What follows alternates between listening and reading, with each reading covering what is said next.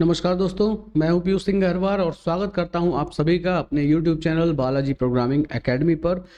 पिछले video lecture में हमने डिस्कस किया था कि किस तरह से हम लूपिंग स्टेटमेंट्स का यूज़ करके किसी भी सीरीज के सीक्वेंस को समझ करके उसे हम प्रोग्राम में प्रिंट कर सकते हैं। मतलब अलग अलग टाइप की कुछ सीरीज को प्रिंट करने के लिए हमने प्रोग्राम्स बनाए थे लास्ट वीडियो लेक्चर में, और आज के इस वीडियो लेक्चर में हम लूपिंग स्टेटमेंट्स का ही यूज़ करके कुछ और भी नए प्रोग्राम्स बनाने जा रहे हैं। और उनमें से जो पहला प्रोग्राम होगा वो होगा फैक्टोरियल फाइंड करने के लिए, राइट।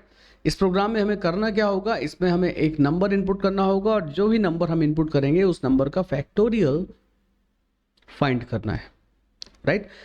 तो फैक्टोरियल फाइंड करने के लिए सबसे पहले तो ज़रूरी है कि हमें मालूम होना चाहिए कि एग्जैक्टली फैक्टोरियल होता क्या है और किस तरह से फाइंड किया जाता है। फैक्टोरियल फाइंड करने की प्रोसेस क्या होती है। आप में से जो मैथ्स के स्टूडेंट्स हैं डेफिनेटली वो जानते होंगे कि एग्जैक्टली फैक्टोरियल क्या होता है, लेकिन जो मैथमेटिक्स के स्टूडेंट्स नहीं हैं उनके लिए ये जानना ज़रूरी है कि एग्जैक्टली फैक्टोरियल क्या है और किस तरह से फाइंड किया जाता है, राइट। एग्जाम्पल देखते हैं। अगर हमको 5 का फैक्टोरियल निकालना है तो फैक्टोरियल को मैथ्स में दो तरीके से रिप्रेजेंट किया जाता है, या तो हम इसको इस तरह से दिखाते हैं या फिर इस तरीके से दिखाते हैं, ठीक है। और फैक्टोरियल निकालने का तरीका क्या होता है? फैक्टोरियल का मतलब होता है, अगर आपको 5 का फैक्टोरियल निकालना है तो इसका मतलब है कि 5 से लेकर 1 तक जितनी भी संख्याएं हैं उन सभी को मल्टीप्लाई कर देना आपको, राइट। चाहे 5 से 1 तक या 1 से 5 तक, दोनों एक ही बात है, आपको रिजल्ट वही मिलना है, लाइक दिस, ठीक है। तो यहां पर जब आप देखेंगे 1 से 5 तक की संख्याओं को मल्टीप्लाई करने पर आपको रिजल्ट मिलेगा 120, और यही 120 यही होता है 5 का फैक्टोरियल, राइट। अब इसकी जगह मान लेते हैं आपको 6 का फैक्टोरियल निकालना है, तो 6 का फैक्टोरियल कैसे निकालेंगे हम? 1 से लेकर 6 तक इन सारी संख्याओं को मल्टीप्लाई कर देंगे तो आपको जो रिजल्ट मिलेगा, जो मल्टीप्लिकेशन मिलेगा, वो कहलाएगा 6 का फैक्टोरियल, यानी कि 720। क्लियर? इसके लिए हमें प्रोग्राम बनाना है। मतलब हमारे प्रोग्राम में कुछ हमें ऐसी कोडिंग करनी है कि जब हम प्रोग्राम को रन करें तो हमसे कंप्यूटर एक नंबर इनपुट के रूप में मांगे और नंबर देने के बाद हमें उस नंबर का फैक्टोरियल कैलकुलेट करके बताए, राइट। तो चलिए देखते हैं इसका प्रोग्राम C++ पर कैसे बनाते हैं। यहां पर हमने न्यू फाइल क्रिएट किया, इस न्यू फाइल को नाम दे देते हैं m5.cbp, ऑलराइट। अब यहां पर हमें प्रोग्राम बनाना है फैक्टोरियल फाइंड करने का। तो यहां सबसे पहले हमने लिखा hash include iostream using name space std। ये बनाया हमने अपना मेन फंक्शन। मेन फंक्शन के अंदर एक हमने इंटीजर वेरिएबल ले लिया a नाम का, ठीक है। इस वेरिएबल के अंदर हमें वो नंबर इनपुट करना है जिस नंबर का हमें प्राप्त करना है फैक्टोरियल, ऑलराइट। यहां हमने इनपुट करा दिया a के अंदर। अब इस a के अंदर जो भी वैल्यू आपने इनपुट कराई है, यूजर ने जो भी वैल्यू इनपुट की है, जो भी नंबर इनपुट किया है, उस नंबर का हमें फैक्टोरियल फाइंड करना है। तो अब जब हम फैक्टोरियल फाइंड करेंगे, जब हमारा रिजल्ट आएगा तो रिजल्ट को भी रखने के लिए हमें एक वेरिएबल की जरूरत होगी। तो यहाँ पर एक और वेरिएबल हम ले लेते हैं b, और इसको स्टार्टिंग में इनिशियल वैल्यू हमने दे दिया 1, राइट। अब इसके बाद यहाँ पर हमने स्टार्ट किया लूपिंग स्टेटमेंट, i से लूप हमने यहाँ पर लगाया। अब यहाँ बात आती है कि लूप को हमने, यानी i की वैल्यू को हमने स्टार्ट टू 1 से किया है, पर कहाँ तक ले जाना है। जैसे इसके पहले जितने भी हमने लूप के प्रोग्राम बनाए उसमें हम 1 to 10 नॉर्मली लेकर चल रहे थे, लेकिन यहाँ पर क्या है, यहाँ पर हमने 1 से स्टार्ट तो कर दिया, लेकिन क्या 10 तक लेकर जाएंगे? यहाँ पर क्या हम 10 लिखेंगे या कुछ और? यहाँ पर हमें लिखना होगा असल में a, राइट। अगर आपने इनपुट किया है a के अंदर, वैल्यू इनपुट की आपने 6, तो आपको 1 से लेकर 6 तक चलना पड़ेगा और जितनी संख्या मिलती जाएगी उनको मल्टीप्लाई करना पड़ेगा। अगर आपने इनपुट किया है 7 तो 1 से 7 तक चलना पड़ेगा, 4 दिया तो 1 से 4 तक चलना पड़ेगा। मतलब हमें पहले से कंफर्म नहीं है कि हमारा लूप कितनी बार रिपीट होगा, ठीक है, क्यों नहीं मालूम है? क्योंकि हम नहीं जानते यूजर क्या वैल्यू इनपुट करेगा ए में, पर ये तो मालूम है कि जो भी वैल्यू इनपुट होगी वो ए के ही अंदर होगी। तो यहां पर हमने लिख दिया I is less than or equal to A, A की जो भी वैल्यू होगी उतनी ही बार आई जो लूप है वो रिपीट होगा, राइट, और एक एक बढ़ते हुए रिपीट होगा, तो आई प्लस प्लस लगा दिया। और इसके अंदर सिर्फ एक लाइन का स्टेटमेंट आपको देना है, B equal to B into I, that's it, right. Then loop से बाहर आएंगे, लूप से बाहर आकर के हम b की जो भी वैल्यू होगी वो प्रिंट कर देंगे, वही होगा फैक्टोरियल। फैक्टोरियल इक्वल टू ये हमने प्रिंट कर दिया b। क्लियर? अब इसको रन करके देखते हैं। ये हमने अपना प्रोग्राम रन किया, तो सबसे पहले तो हमसे एक वैल्यू इनपुट के रूप में मांगी जाएगी, एंटर अ नंबर, एक मैसेज आएगा और हमसे a के लिए वैल्यू मांगेगा, राइट। और जो भी हम वैल्यू इनपुट करेंगे वो a में वैल्यू स्टोर होगी, देन उसका फैक्टोरियल फाइंड किया जाएगा। यहाँ पर हमको a की वैल्यू हमसे मांगी जा रही है, राइट। a की वैल्यू मान लेते हैं, हमने दे दिया 6, तो 6 का फैक्टोरियल ये निकाल करके b में रखेगा और b को प्रिंट करेगा। 6 का फैक्टोरियल होता है 720, आप देख सकते हैं फैक्टोरियल इक्वल टू 720, हमें आंसर मिल रहा है। क्लियर? चलिए एक बार और रन करते हैं, इस बार देते हैं 5, तो 5 का क्या होता है 120, राइट। थोड़ा और बढ़ते हैं, आगे बढ़ते हैं, 7 दे देते हैं। 7 का फैक्टोरियल होता है 5040, 5040 मिल रहा है। 8 दिया, 8 का होता है 40320, 40320। क्लियर है ना? तो इस तरह से हम इनपुट की गई संख्या, जो भी संख्या हमने इनपुट की है उसका फैक्टोरियल कुछ इस लॉजिक से हम पॉइंट करते हैं। अब चलिए इसको समझ लेते हैं एक बार। वैसे ऐसा कोई खास कठिन कॉन्सेप्ट नहीं है जो समझ में ना आ सके, लेकिन फिर भी एक बार समझेंगे इस प्रोग्राम को। तो चलिए देखते हैं कि एग्जैक्टली यहाँ पर प्रोसेस हो क्या रही है।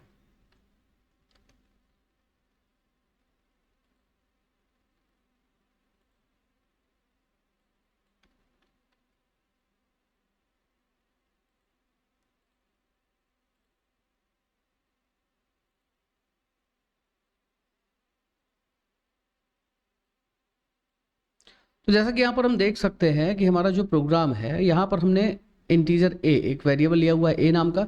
इसके बाद एंटर नंबर, यानी जैसे प्रोग्राम को रन करेंगे तो हमसे एंटर नंबर लिख करके एक वैल्यू इनपुट मांगी जाएगी। तो a के अंदर हम मान लेते हैं हमने इनपुट करा दिया 6, तो a की वैल्यू क्या हो गई 6 हो गई। अब इसके बाद हमने एक और वेरिएबल लिया हुआ है b इक्वल टू 1, यहाँ पर हमने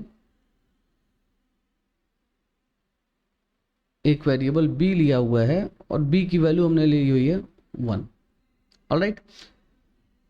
इसके बाद हमने लूप स्टार्ट किया, integer i equal to 1, i की वैल्यू 1 से स्टार्ट हो रही है, i इक्वल टू 1, राइट। और एक एक बढ़ते हुए i को कहां तक जाना है, a की वैल्यू तक जाना है। अब a की वैल्यू हमने क्या इनपुट किया 6, मतलब ये i जो है 1 से लेकर 6 तक चलेगा, 6 बार लूप रिपीट होगा। इतना क्लियर है? अब जब लूप के अंदर पहुंचे तो लूप के अंदर सिर्फ एक ही स्टेटमेंट, एक लाइन लिखी हुई है, b equal to B into I, यानी b और i इन दोनों को मल्टीप्लाई करना है और मल्टीप्लाई करने के बाद फिर से इनको b में रखते जाना है, b में ही असाइन करते जाना है, ठीक है। तो जब पहली बार लूप अंदर आया, यानी i की वैल्यू क्या, i इक्वल टू 1, b की वैल्यू भी क्या है 1 है, दोनों की वैल्यू 1 है, ये वैल्यू लेकर के लूप के अंदर पहुंचे तो अंदर बोला जा रहा है b इंटू आई कर दो, यानी b और i को मल्टीप्लाई किया, तो मल्टीप्लाई करने पर जो भी आया उसको रखना है कहां पर b में, तो 1 इंटू 1 1 आ गया, b की वैल्यू 1 है। फिर से लूप घूमा, दोबारा लूप घूम के गया, दोबारा घूम के गया तो यहाँ पर i प्लस प्लस को भी पढ़ेगा, तो जाहिर सी बात है i की वैल्यू को 1 बढ़ा देगा, राइट। तो i की वैल्यू 1 बढ़ करके हो गई 2। क्लियर? लूप के अंदर फिर से आए, फिर से ऑर्डर दिया गया कि b इंटू आई करिए, तो i कितना हो चुका है, i हम देख सकते हैं कि यहाँ पर 2 हो चुका है, और b कितना है, b 1 ही है। तो इस तरह से i और b अब की बार जब मल्टीप्लाई किया गया दोनों को, तो चूंकि i की वैल्यू 2 हो चुकी है, b 1 है, तो 2 इंटू 1 ये हमको मिला 2, यानी अब b की वैल्यू 2 हो चुकी है। इस बात को ध्यान रखना है, b की वैल्यू को ध्यान में रखते चलना है। तो b की वैल्यू हो चुकी है 2, राइट। फिर से लूप घूम के आया, अब i की वैल्यू फिर 1 बढ़ गई तो i 3 हो गया, और b कितना हो चुका है 2, राइट। आई तो हर बार एक बढ़ेगा ना, 1 होगा, फिर 2 होगा, फिर 3 होगा, आगे 4 होगा, फिर 5 होगा, फिर 6 होगा। 6 तक जाना है क्योंकि ए की वैल्यू 6 है, राइट। अब बी की वैल्यू को ध्यान रखना है। बी की वैल्यू 2 हो चुकी थी तो यहाँ हमने 2 रखा, 3 इंटू 2, यानी तीसरी बार जब लूप चलेगा तो क्या क्या मल्टीप्लाई होंगे, बी इंटू आई में। बी 2 हो चुका है, आई 3 हो चुका है, तो 3 और 2 को मल्टीप्लाई किया तो यहाँ पर हमें मिला 6। अब बी की वैल्यू क्या हो गई, 6 हो गई, राइट। फिर से लूप आगे बढ़ा, फिर से घूम कर आया लूप, तो इस बार आई की वैल्यू हो चुकी है 4 और बी हो चुका है 6, तो 4 इंटू 6 ये हमको मिल गया 24। अब बी हो गया 24। फिर से लूप आगे बढ़ा, आई हो चुका है 5, बी हो चुका है 24, तो 5 इंटू 24 ये आ गया 120। फिर से लूप आगे बढ़ा, आई हो चुका है 6 और बी हो चुका है 120। इन दोनों को मल्टीप्लाई करने पर हमें बी की वैल्यू क्या मिली, 720, 720। ऑलराइट। अब इस 720 को ही असल में रखा जा रहा है किसमें, वेरिएबल बी में। बस लूप भी 6 तक चलना था, लूप कंप्लीट हो चुका है, लूप से बाहर आ गए, बी की वैल्यू 720 है, यही वैल्यू प्रिंट हो जाएगी। तो आपको यहाँ पर आउटपुट के रूप में आपका रिजल्ट मिल जाएगा कि फैक्टोरियल इक्वल टू 720, अगर आपने इनपुट किया है क्या, 6। क्लियर है। तो इस तरह से फाइंड हो रहा है फैक्टोरियल दिए गए नंबर का। आई होप प्रोग्राम क्लियर हो गया होगा कि एग्जैक्टली किस तरह से हम C++ में दिए गए नंबर का फैक्टोरियल फाइंड करते हैं।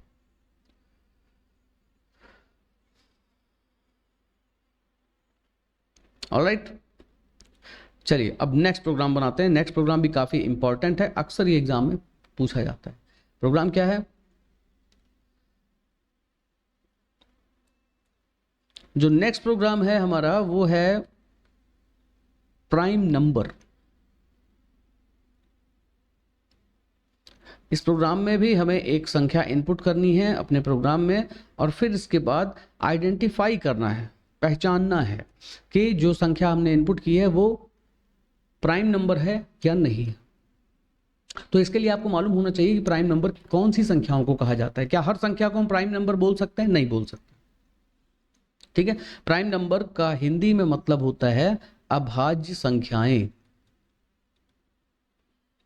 अभाज्य संख्या इज कॉल्ड प्राइम नंबर। ठीक है, अब बात आती है अभाज्य संख्या किसे कहते हैं। ऐसी संख्या जो किसी से भी डिवाइड नहीं होती। किसी से का यहाँ पर क्या मतलब है कि ऐसी संख्या जो या तो 1 से डिवाइड होती है या फिर खुद अपने आप से डिवाइड होती है, इटसेल्फ, राइट। जैसे कि एग्जांपल के लिए 17, 17 एक ऐसा नंबर है जो या तो 1 से डिवाइड होगा या खुद 17 से डिवाइड होगा। बाकी 1 और 17 के बीच में जितनी भी संख्याएं हैं उनमें से किसी से भी 17 डिवाइड नहीं होता। 1 और 17 के बीच में कौन कौन सी संख्या है, 2 से स्टार्ट होगी, 2 है, 3 है, 4, 5, 6, कहाँ तक है ये, 16 तक।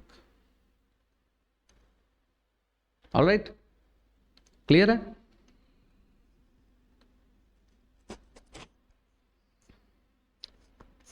तो अब बात आती है कि अगर हम कोई संख्या इनपुट करेंगे तो उस संख्या को हमें कई संख्याओं से डिवाइड करके चेक करना पड़ेगा कि वो डिवाइड हो रही है अथवा नहीं हो रही है।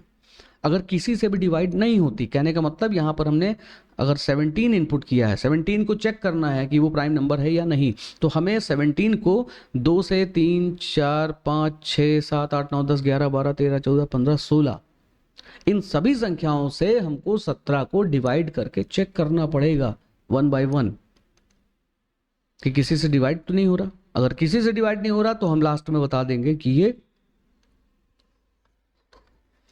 प्राइम नंबर है, और अगर किसी भी संख्या से बीच में डिवाइड हुआ तो इट मीन्स कि वो प्राइम नंबर नहीं है।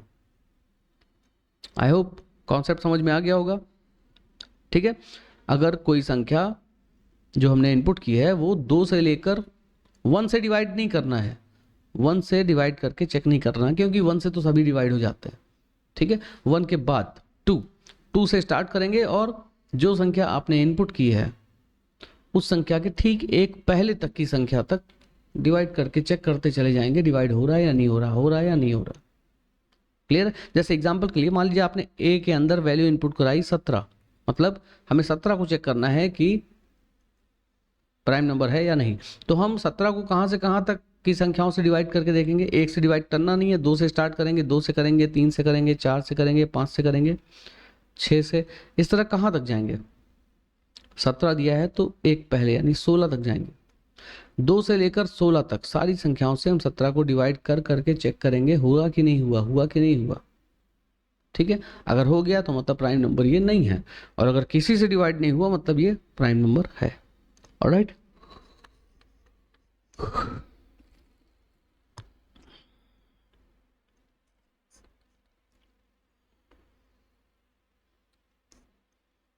अच्छा, अगर 17 की बजाय हम यहाँ पर इनपुट कर दें a इक्वल टू 47, तब क्या होगा।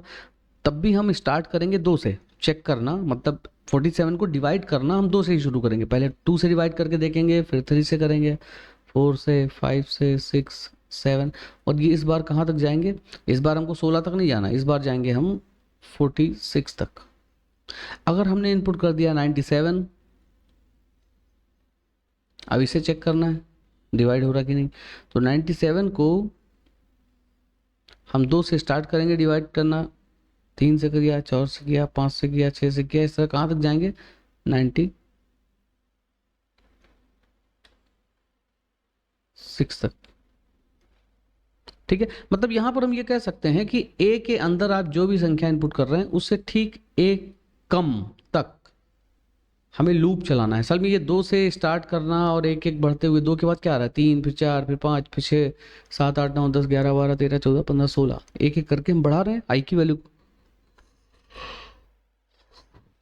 जैसे लूप में बढ़ाते हैं। तो अगर हम a की वैल्यू इनपुट कर रहे हैं 17, तो लूप को हम कहाँ से स्टार्ट करेंगे 2 से, और कहाँ तक लेके जाएंगे 16 तक। अगर हमने a की वैल्यू इनपुट की है 47, तो भी लूप हम कहाँ से शुरू करेंगे 2 से, और कहाँ तक लेके जाएंगे 46 तक। 97 दे रहे हैं अगर हम, तो भी लूप स्टार्ट होगा 2 से, और कहाँ तक जाएगा 97 तक, 96 तक।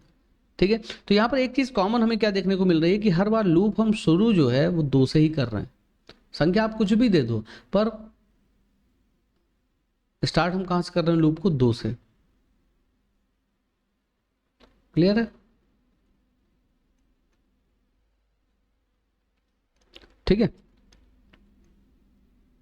तो यहां पर स्टार्टिंग तो कंफर्म हो गई हमें कि 2 से स्टार्ट करना है, लेकिन एंडिंग कहां तक होनी है। एंडिंग में हम देख रहे हैं कि जो भी a की वैल्यू है उससे ठीक एक पहले तक लूप को चलाया जा रहा है। तो यहां पर हम नंबर लिखने के बजाय सीधे ऐसा लिख सकते हैं क्या, a-1, क्योंकि a की जो भी आप वैल्यू दे रहे हैं उससे एक कम तक ही लूप चल रहा है।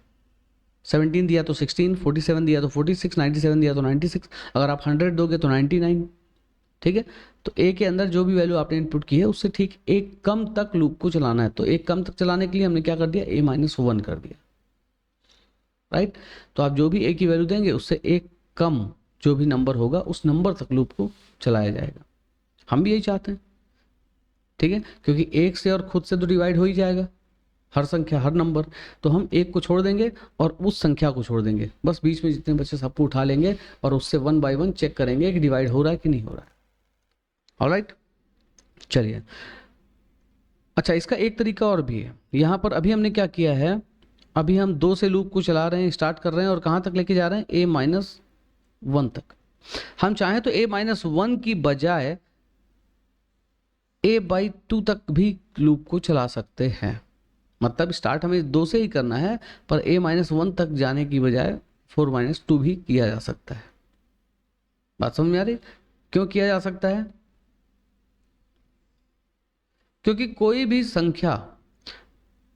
संख्या यदि डिवाइड होनी होती है तो वो अपने हाफ तक से डिवाइड हो जाती है। ठीक है, कभी भी कोई भी संख्या अपने हाफ से ज्यादा बड़ी संख्या से डिवाइड नहीं हो सकती। जैसे एग्जांपल के लिए अगर संख्या है मान लीजिए 100, ठीक है, तो 100 मैक्सिमम किससे डिवाइड होगा 50 से। क्या 50 से बड़ी किसी संख्या से 100 डिवाइड हो सकता है, बिल्कुल नहीं। ठीक है, अगर ट्राई करेंगे भी तो दशमलव में आएगी, जो रिजल्ट आएगा हमारा दशमलव में आएगा। क्लियर है। तो 100 को अगर डिवाइड करके चेक करना है तो हमें केवल 50 तक में ही पता चल जाता है कि 100 डिवाइड हो रहा है या नहीं हो रहा है। क्यों, क्योंकि कोई भी संख्या अपने हाफ से बड़ी संख्या से डिवाइड नहीं हो सकते, इसलिए हमने यहाँ पर लगा दिया a/2। मतलब हम 2 से शुरू करेंगे, संख्या को चेक करना, अगर डिवाइड हो गई तो उसको अलग रख देंगे, डिवाइड नहीं होगी तो फिर उस पर प्रोसेस होगा। ऑलराइट, चलिए इसका एक प्रोग्राम बना के देखते हैं। हमें फाइंड करना है प्राइम नंबर। तो यहाँ पर हमने दे दिया फाइल का नाम m6.cpp।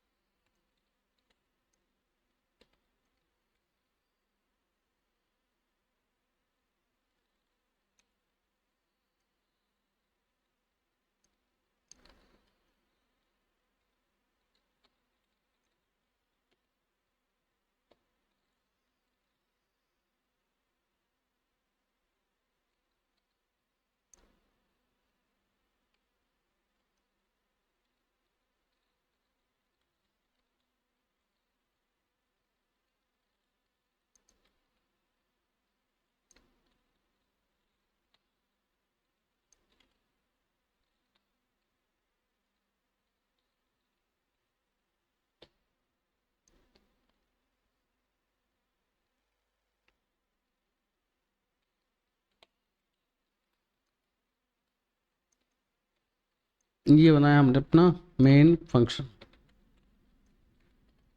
ऑलराइट, अब इसके अंदर पहले तो एक वेरिएबल लेना है हमें, जिसके अंदर वो संख्या इनपुट करानी है, जिसको आइडेंटिफाई करना है कि वो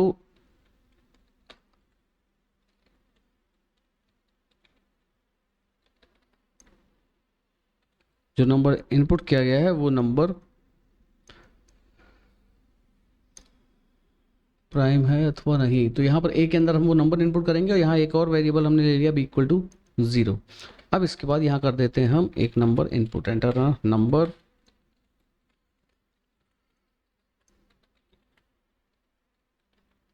ऑलराइट, अब इस नंबर को हमें चेक करना है कि ये प्राइम है अथवा नहीं है। तो यहाँ पर अब हम लगाएंगे लूपिंग स्टेटमेंट फॉर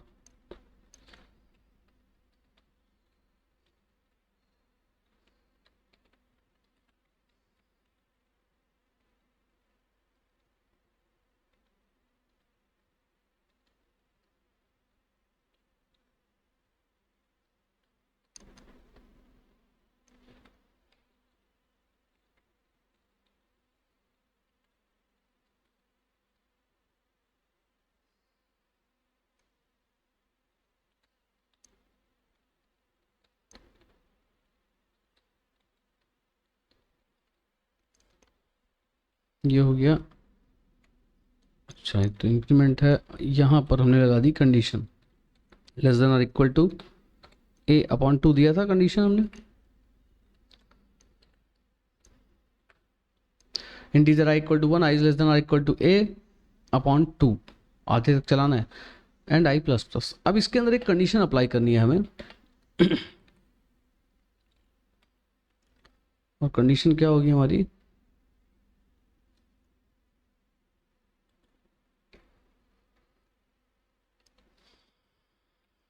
यहाँ पर एक कंडीशन लगेगी, इफ ए क्या है, जिसके अंदर वो संख्या है जिसको चेक करना है कि प्राइम है या नहीं, a mod i=0। मतलब a के अंदर वो संख्या है और i क्या है, i की वैल्यू 1 by 1 बढ़ते हुए आगे बढ़ती जा रही है। ठीक है, तो i की वैल्यू हर बार चेंज हो रही है, i की वैल्यू पहले 2 है, फिर 3 है, फिर 4 है। राइट, तो हर वैल्यू से a वाली वैल्यू को मल्टीप्लाई करके देखना पड़ेगा कि मल्टीप्लाई हुई या नहीं हुई। अगर नहीं हुई इट मीन्स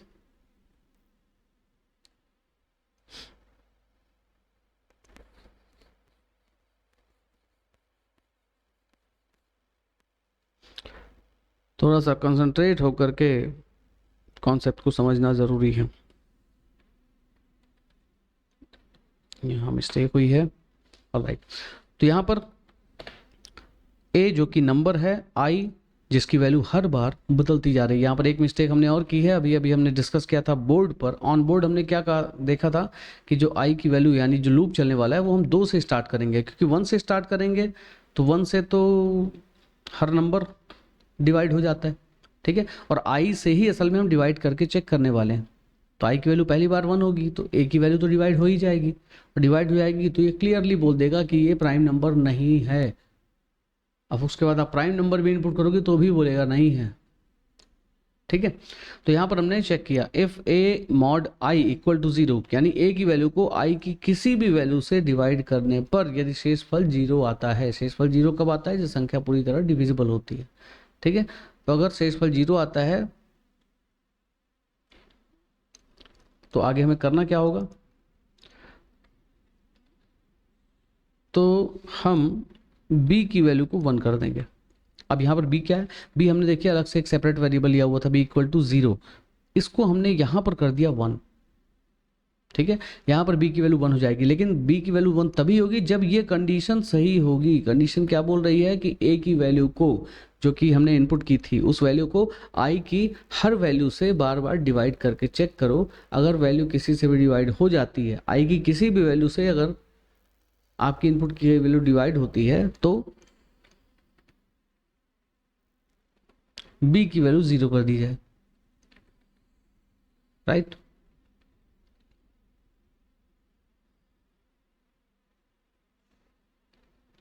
b की वैल्यू 1 हो जाएगी। अब लूप के बाहर आकर के हम यहाँ पर कंडीशन अप्लाई करके चेक करेंगे कि इफ b इक्वल टू 1, अगर b की वैल्यू 1 हो गई है, 1 कब होनी थी b की वैल्यू, b की वैल्यू 1 कब हो रही थी, ये कंडीशन लगी हुई ना। b की वैल्यू 1 तब होगी जब a plus I equal to 0, clear. तो यहाँ पर हम चेक करेंगे इफ b इक्वल टू 1, अगर b की वैल्यू 1 हो गई है तो b की वैल्यू 1 कब हो रही है, जब a की वैल्यू i की किसी भी वैल्यू से डिवाइड हो जाएगी। और अगर डिवाइड हो गई तो इसका मतलब क्या हुआ, वो प्राइम नंबर नहीं है। इट मीन्स कि अगर इफ b इक्वल टू 1, अगर b की वैल्यू 1 हो रही है तो ये तभी हो रही है जब नंबर प्राइम नहीं है, ठीक है। क्योंकि 1 कब होगा, जब वैल्यू डिवाइड हो जाएगी, और डिवाइड का मतलब नो प्राइम, नॉट प्राइम। यहाँ पर हमने प्रिंट करा दिया नॉट प्राइम, और एल्स में हम प्रिंट करेंगे कि yes it is prime number, it is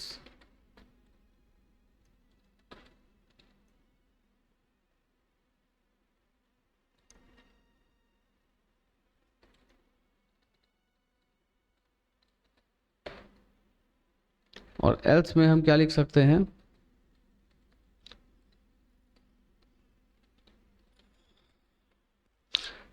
तो अगर b की वैल्यू 1 हो जाती है तो नॉट प्राइम प्रिंट हो जाएगा मैसेज, और अगर नहीं होती है तो इसका मतलब है कि वो संख्या प्राइम नंबर है, वो किसी से भी डिवाइड नहीं हुई। क्योंकि b अगर 0 मिल रहा है इट मीन्स b 0 कब मिलेगा, जब इस लाइन को कभी पढ़ेगा ही नहीं कंपाइलर। b इक्वल टू 1 जो लिखा है इस लाइन तक कभी पहुंचेगा ही नहीं, और इस लाइन में कब नहीं पहुंचेगा, जब आपकी ये इफ वाली कंडीशन हर बार गलत होगी, क्लियर। मतलब i की किसी भी वैल्यू से a को डिवाइड करने पर 0 नहीं मिला, और 0 नहीं मिला मतलब किसी भी नंबर से डिवाइड नहीं हुई, और अगर किसी भी नंबर से डिवाइड नहीं हुई इसका मतलब होता है कि वो संख्या प्राइम नंबर है, राइट। अब चलिए इसको रन करके देखते हैं।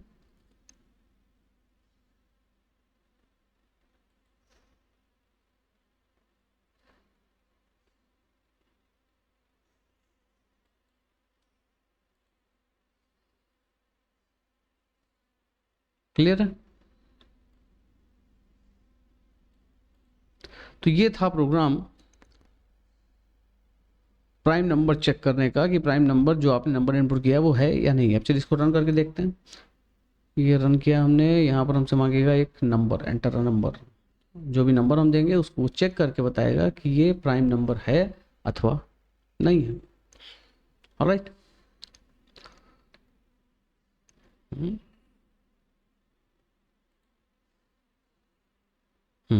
एंटर अ नंबर दे दिया हमने 97, एंटर किया, yes it is prime number.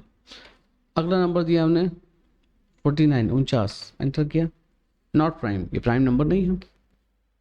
Clear है?